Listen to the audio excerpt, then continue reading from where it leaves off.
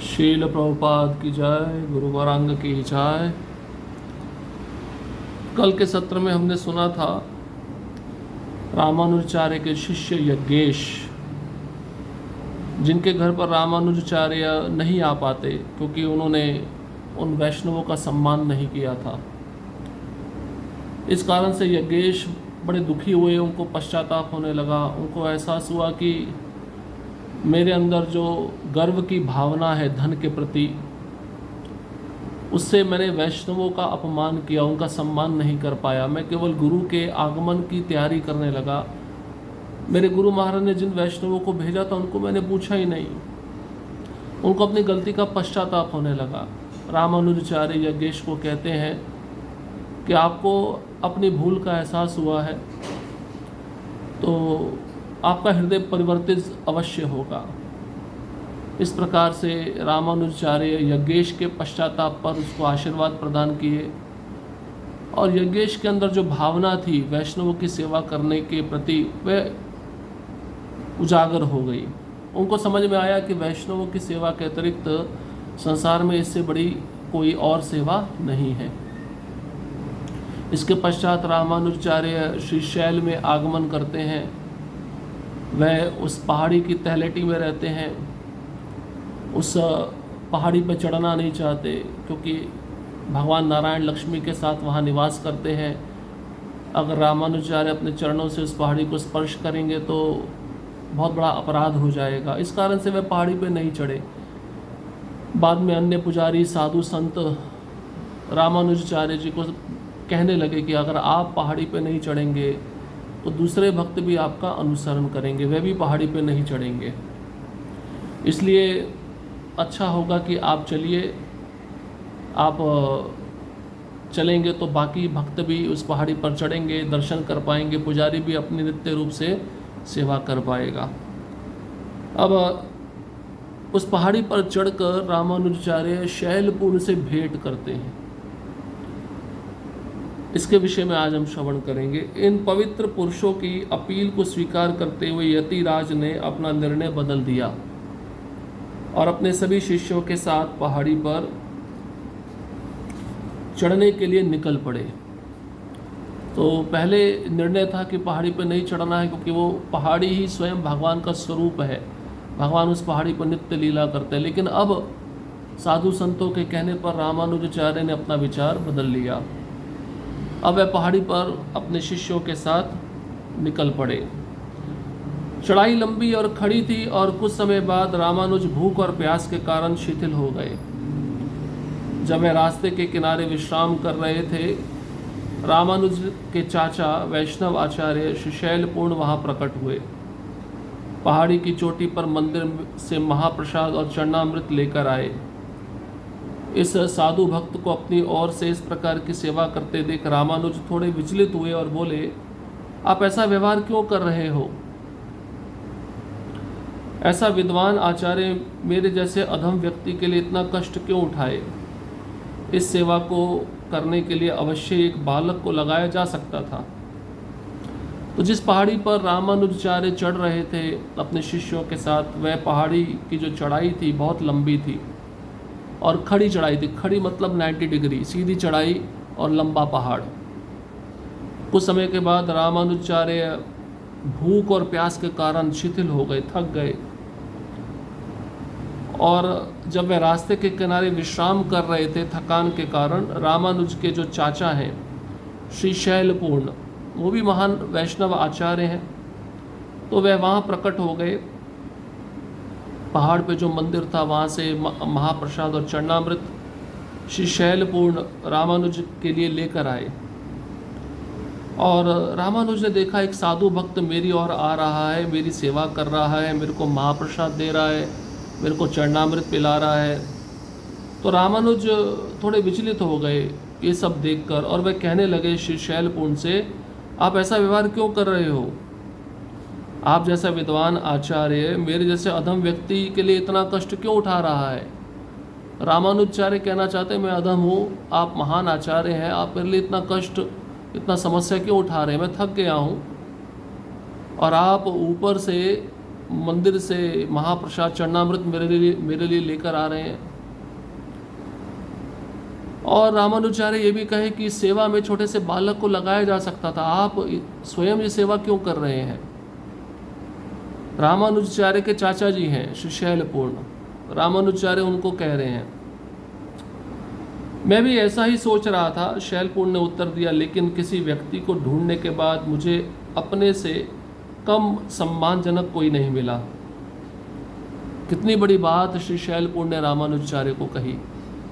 श्री शैलपूर्ण कहते हैं रामानुजाचार्य से, मैं भी इसी बात को सोच रहा था, आपने जो बात कही बिल्कुल सही कही, लेकिन कोई व्यक्ति मुझे इस प्रकार की सेवा करने के लिए मिला ही नहीं, क्योंकि मुझ जैसा अधम व्यक्ति ही इस प्रकार की सेवा करने के योग्य है। मैंने व्यक्ति को ढूंढना चाहा इस प्रकार की सेवा करवाने के लिए, लेकिन मुझसे कम सम्मानजनक व्यक्ति कोई मुझे मिला ही नहीं इस सेवा को करने के लिए। मतलब वो कहना चाह रहे हैं मुझे सम्मान की भूख है इसलिए मैं सेवा कर रहा हूँ, जबकि मुझे सम्मान की भूख नहीं होनी चाहिए। मुझसे कम कोई सम्मानजनक व्यक्ति मिला ही नहीं इस सेवा को करने के लिए, इसलिए मुझे सेवा करनी पड़ रही है। इसका मतलब वो दिखाना चाह रहे हैं कि इतने ऊंचे कुल में जन्म लेकर भी मैं अधम हूँ, मुझे सम्मान चाहिए इसलिए मैं सेवा कर रहा हूँ, जबकि उनका भाव ऐसा नहीं था।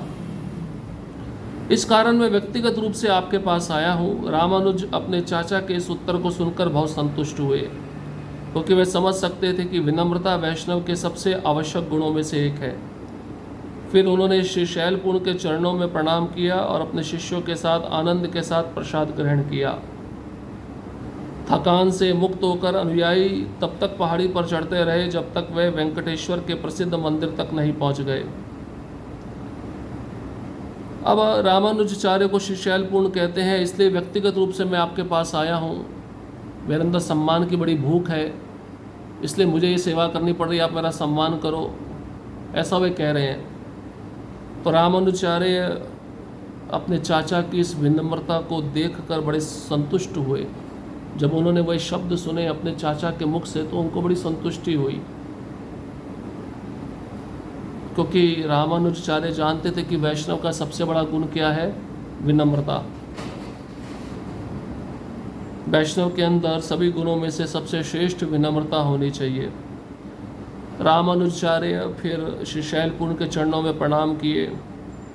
बड़े आनंद के साथ रामानुजाचार्य ने अपने शिष्यों के साथ प्रसाद ग्रहण किया। थकान से मुक्त होकर रामानुजाचार्य और उनके शिष्य पहाड़ी पर चढ़ते रहे जब तक वेंकटेश्वर का प्रसिद्ध मंदिर उनको दिख नहीं गया। जब तक मंदिर में दर्शन के लिए वो लालायित नहीं थे तब तक वे चढ़ते रहे और जैसे ही मंदिर आ गया उनका चढ़ना तभी रुका जब सामने उन्होंने वेंकटेश्वर भगवान का दर्शन किया। मंदिर की परिक्रमा करने के बाद रामानुज विग्रह के सामने प्रार्थना और प्रणाम करने गए।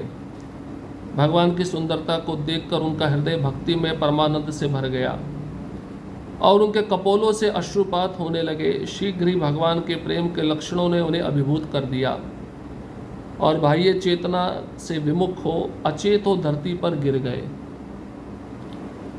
जब उन्हें अंततः होश आया तो मंदिर के पुजारी ने यतिराज और उनके सभी शिष्यों के लिए बड़ी मात्रा में महाप्रसाद दिया।